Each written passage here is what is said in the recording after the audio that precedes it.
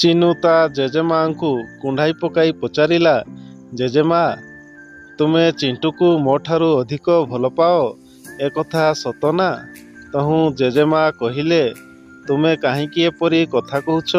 ଚିନୁ, ତୁମେ ମୋର ଯେତିକି ପ୍ରିୟ, ତୁମର କାକା ପୁଅ ଭାଇ ଚିଣ୍ଟୁ ମଧ୍ୟ ମୋର ସେତିକି ପ୍ରିୟ।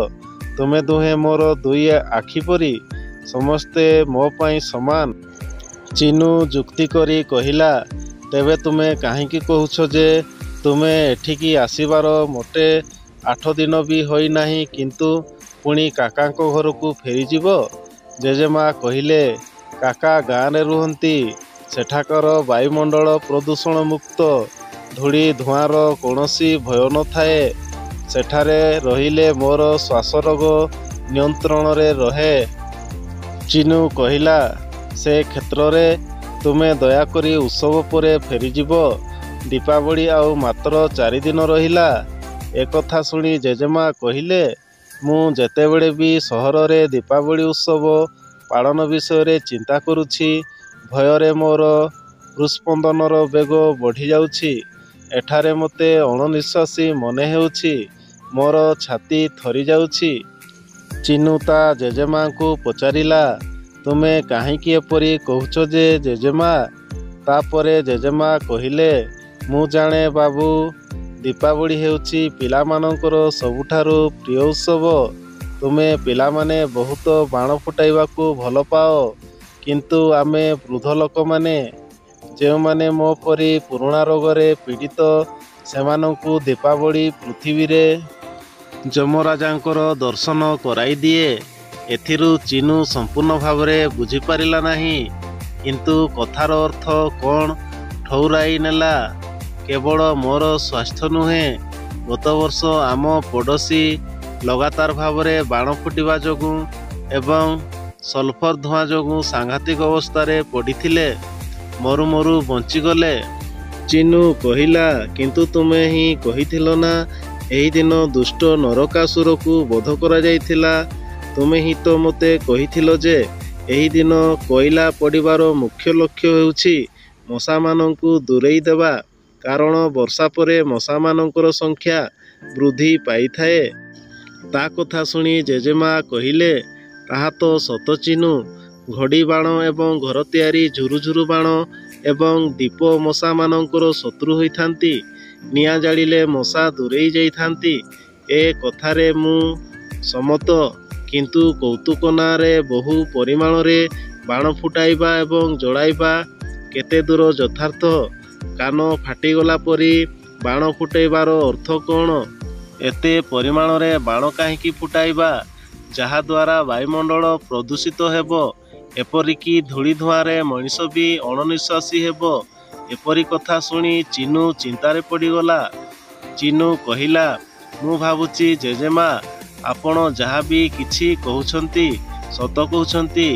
ଆମେ ଏଠାକୁ ନୂଆ କରି ଆସିଥିବା ବେଣୁ ସହିତ ପ୍ରତିଯୋଗିତା କରି ଅଧିକ ବାଣ ଫୁଟାଉ ଏବଂ ଅଧିକ ସଂଖ୍ୟକ ରକେଟ୍ ଓ ତାଳ ଫଟକା ଫୁଟାଇଥାଉ। ଆମେ କେତେ ବାଣ ଫୁଟାଇଲୁ କେବେ ବି ତା'ର ହିସାବ ରଖିନୁ। ତାହାଠାରୁ ଅଧିକ ଫୁଟାଇବା ପାଇଁ ଆମେ ଯେତେ ଇଚ୍ଛା ବାଣ ଫୁଟାଇଥାଉ। ସବୁ ଶୁଣି ଜେଜେମା କହିଲେ, ଏହା ଫଳରେ ପ୍ରତିବର୍ଷ ତୁମର ବାପ ମା ଅଯଥାରେ ଅଧିକ ଅର୍ଥ ଖର୍ଚ୍ଚ କରିଥାନ୍ତି।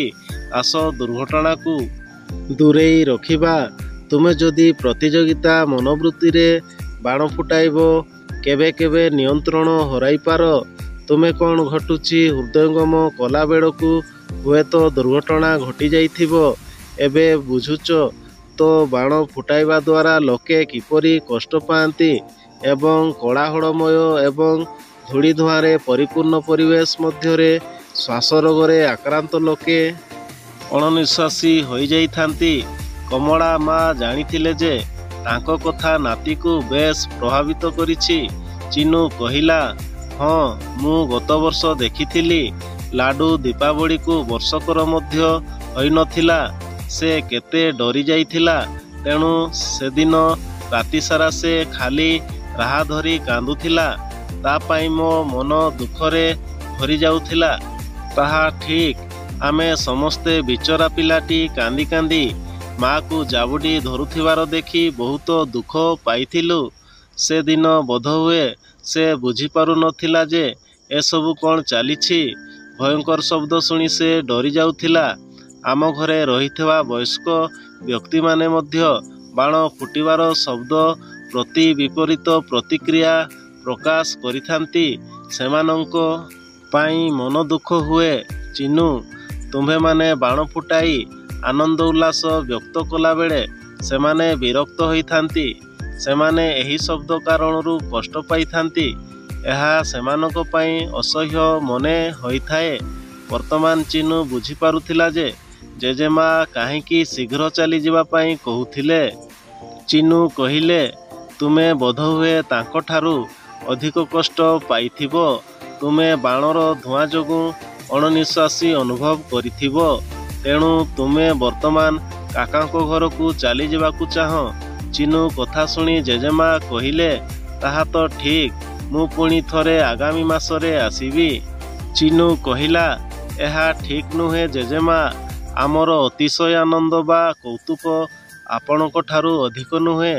ଆପଣଙ୍କର କଷ୍ଟଠାରୁ ଅଧିକ ଗୁରୁତ୍ୱପୂର୍ଣ୍ଣ ଆଉ କିଛି ବି ନୁହେଁ। ଆମ୍ଭେମାନେ କୌତୁକ ନାମରେ କେବଳ ଶବ୍ଦ ପ୍ରଦୂଷଣ କରୁଛୁ। ପିଲାମାନଙ୍କର କୌତୁକ ଅନ୍ୟମାନଙ୍କ ପାଇଁ ସମସ୍ୟାର କାରଣ ହେବା ଅନୁଚିତ। ଅପେକ୍ଷା କର ଏବଂ ବର୍ତ୍ତମାନ ଦେଖ ମୁଁ କିପରି ଏ ବର୍ଷ ଶବ୍ଦ ଏବଂ ବାୟୁ ପ୍ରଦୂଷଣ ବ୍ୟତୀତ ଦୀପାବଳି ପାଳିବାର ବ୍ୟବସ୍ଥା କରୁଛି। ଦୀପାବଳି ଉତ୍ସବ ସମସ୍ତଙ୍କ ପାଇଁ ଆନନ୍ଦମୟ ହେବା ଉଚିତ, କେବଳ କେତେଜଣଙ୍କ ପାଇଁ ନୁହେଁ। ତୁମେ କ'ଣ କହୁଛ ଜେଜେମା? ଆମେ ସମସ୍ତେ ଏକାଠି ଉତ୍ସବ ପାଳିବା। ଏପରି କଥା ଶୁଣି ଶେଷରେ ଜେଜେମା କହିଲେ, ତୁମ ପାଇଁ ମୁଁ ଗର୍ବିତ ଚିନୁ। ସର୍ବେ ଭବନ୍ତୁ ସୁଖିନଃ। ସମସ୍ତ ଉତ୍ସବ କେବଳ ଏହା ହିଁ ସୂଚାଇଥାଏ। ଏହା କହି ସେ ହସିଦେଲେ। ସାଙ୍ଗମାନେ, କାହାଣୀଟି ଯଦି ଭଲ ଲାଗିଲା ଚ୍ୟାନେଲକୁ ଲାଇକ୍, ସବସ୍କ୍ରାଇବ୍ କରି ବେଲ୍ ଆଇକନକୁ ନିଶ୍ଚୟ ଦବାଇବେ।